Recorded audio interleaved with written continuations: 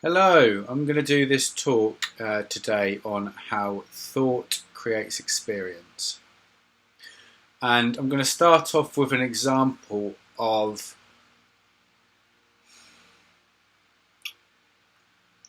before I got a good feel for how thought creates experience and why living in that space is much harder, less productive, and all the rest of it.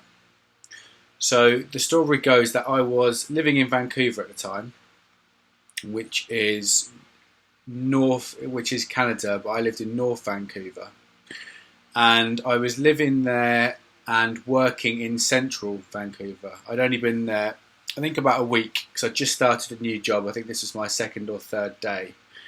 And in Vancouver, there's two bridges. There's I think it's called the Second Narrows Bridge, something along those lines.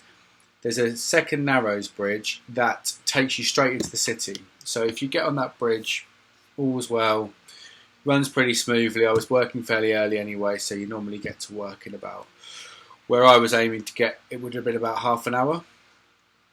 But if that road's closed, there's only one alternative, and you have to go all the way up north of North Vancouver, and then cut in on a bridge which I believe was called Lions Bridge or Lionsgate Bridge.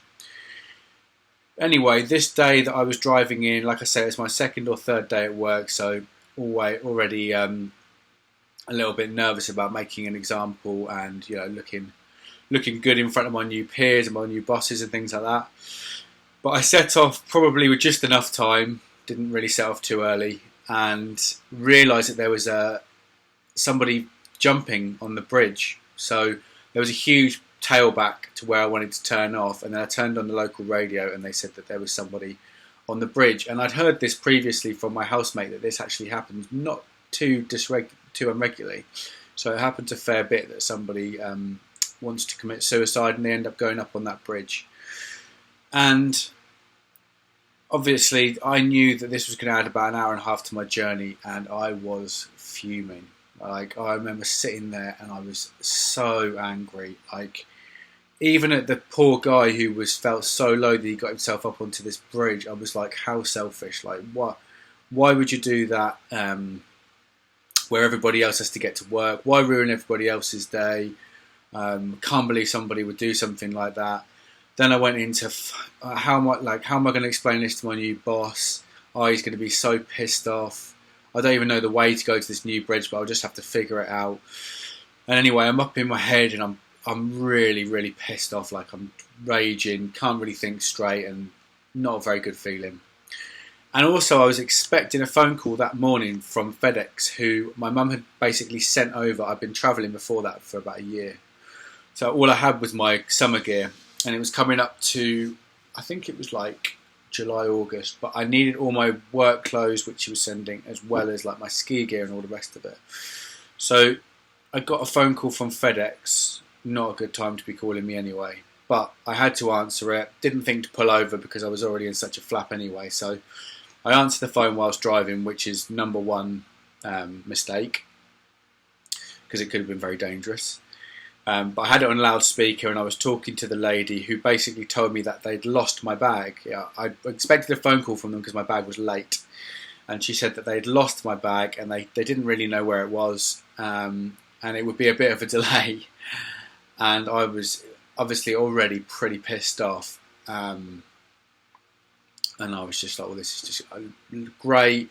Thanks very much. What do you mean you've lost my bag? How can this possibly happen? Like, it was in your care, must be insured. Anyway, hung up the phone, fuming, and then I remember being so angry, I'm quite embarrassed to admit to this, I punched and this is out of character, I'm not a puncher, but I punched the windscreen, not the steering wheel that's nice and durable. I punched the windscreen of my car and it just went like massive spiderweb crack spread across right where I had to see. And now I'm really, really, really up in my head. I'm fuming. And what the fuck, how could they do this? And they've caused this, and that guy hadn't been jumping, I wouldn't be so pissed off, and then he's caused this, and I was blaming everyone. And in the meantime, I miss the turning to turn off onto this bridge that I need to turn off onto to get to work, and I'm already, like I say, about an hour behind time. And I know by missing this turning, it puts you at least another 30 minutes back, because you've got to go all the way up until the next turn off. It's like a real main road.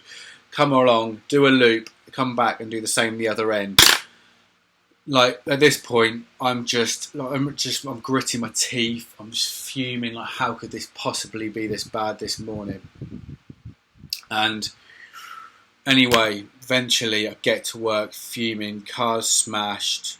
I've upset the lady from FedEx.